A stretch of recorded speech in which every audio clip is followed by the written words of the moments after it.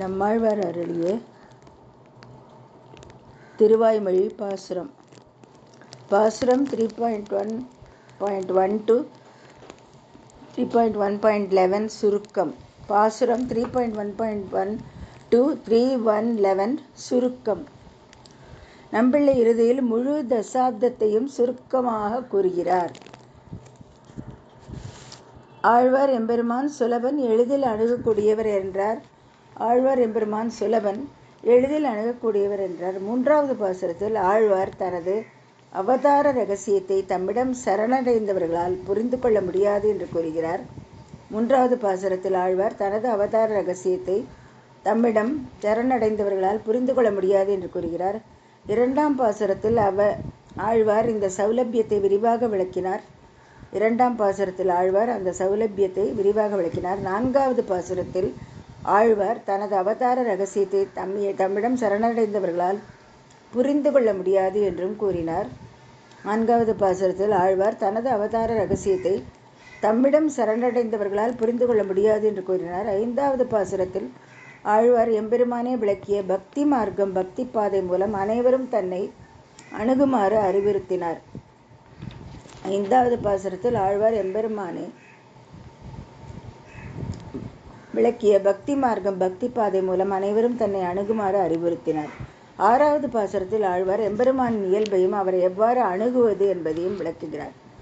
ஏழாவது பாசுரத்தில் ஆழ்வார் உன் ஆயுள் குறைவாக இருப்பதால் சீக்கிரம் அவனிடம் சரணடைந்து விடு என்கிறார். ஏழாவது பாசுரத்தில் ஆழ்வார் உன் ஆயுள் குறைவாக இருப்பதால் சீக்கிரம் அவனிடம் சரணடைந்து விடு என்கிறார். எட்டாவது பாசுரத்தில் ஆழ்வார் தம்மிடம் சரணடைந்து அனைத்து தடைகளும் நீங்கும் என்று கூறினார். ஒன்பதாவது பாசுரத்தில் பிரம்மனுக்கு காரணமான எம்பெருமான் ருத்ரன் போன்றோரின் அவதாரங்களுக்கான காரணத்தை ஆழ்வார் விளக்கினார். ஒன்பதாவது பாசுரத்தில் பிரம்மனுக்கு காரணமான எம்பெருமான் ருத்ரன் போன்றோரின் அவதாரங்களுக்கான காரணத்தை ஆழ்வார் விளக்கினார். பத்தாவது பாசுரத்தில் ஆழ்வார் அத்தகைய எம்பெருமானை தனது மனம் வார்த்தைகள் மற்றும் செயல்களால் அனுபவிக்க முயன்றார். பத்தாவது பாசுரத்தில் ஆழ்வார் அத்தகைய எம்பெருமானை தனது மனம் வார்த்தைகள் மற்றும் செயல்களால் அனுபவிக்க முயன்றார். கடந்த பாசுரத்தில் ஆழ்வார் இந்த 10 ஆண்டுகளை கற்றுக்கொள்பவர்களின் பலன்களை விளக்கினார். திருவாய்மொழி பாசுரம் 1.3.11 அமரர்கள் தொழுது.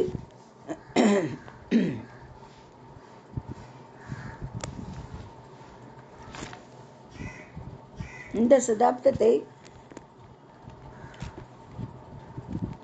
தசாப்தத்தை பயிற்சி செய்பவர்கள், புரிந்து கொள்பவர்கள், ஓதுபவர்கள் முதலில் நித்திய சூரிகளின் வரிசையில் இருப்பதன் மூலம் கௌரவிக்கப்படுவார்கள் என்றும் இந்த சம்சாரத்துடனான பௌதீக உலகம் அவர்களின்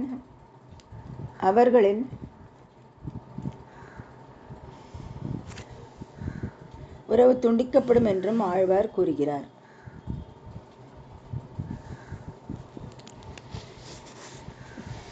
இந்த தசாப்தத்தை பயிற்சி செய்பவர்கள், புரிந்து கொள்பவர்கள், ஓதுபவர்கள் முதலில் நித்திய சூரியர்களின் வரிசையில் இருப்பதன் மூலம் கௌரவிக்கப்படுவார்கள் என்றும் இந்த சம்சாரத்துடனான பௌதீக உலகம் அவர்களின் உறவு துண்டிக்கப்படும் என்றும் ஆழ்வார் கூறுகிறார். பாசுரம்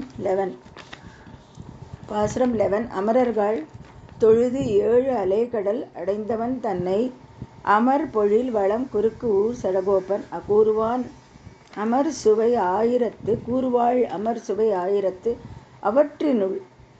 அவற்றினுள் இவை பாத்தும் வல்லார் அமரர் ஓடு உயர்வில்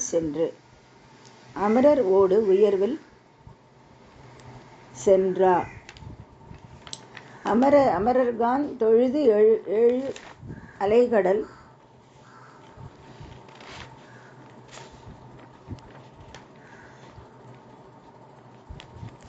தான் தொழுது 7 அலைகடல் அடைந்தவன் தன்னை அமர் பொழில் வளம் குறுக்கு ஊர் சடகோபன் கூறுவான் அமர் சுவை 1000 அவற்றினுள் இவை பாத்தும் வல்லார் அமரர் ஓடு உயர்வில் சென்று. எளிய மொழிபெயர்ப்பு. அழகிய மணவாளஜியின் 12,000 பதியின் அடிப்படையில் அழியாதவராக இருக்க விரும்பிய தேவர்கள் பார்க்கடலை கடைந்த பெரும் எம்பெருமானை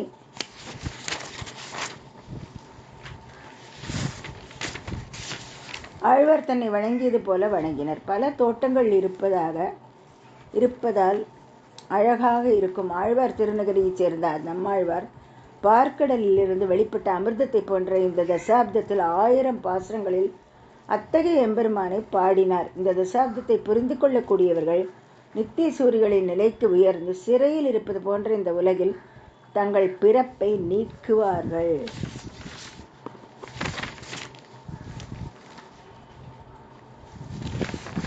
மாறுவதற்கு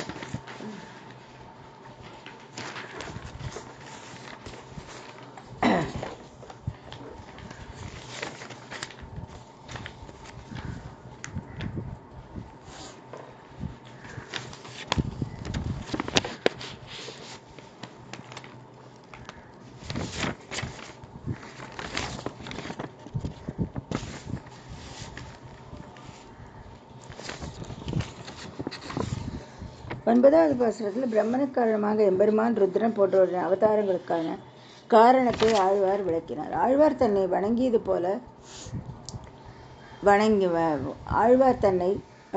போல வணங்கினார். பல தோட்டங்கள் இருப்பதால் அழகாக இருக்கும். ஆழ்வார் திருநகரைச் சேர்ந்த நம்மாழ்வார் பார்க்கடலிலிருந்து வெளிப்பட்ட அமிர்தத்தை போன்ற இந்த தசாப்தத்தில் 1000 பாசுரங்களில் அத்தகைய எம்பெருமானை பாடினார்.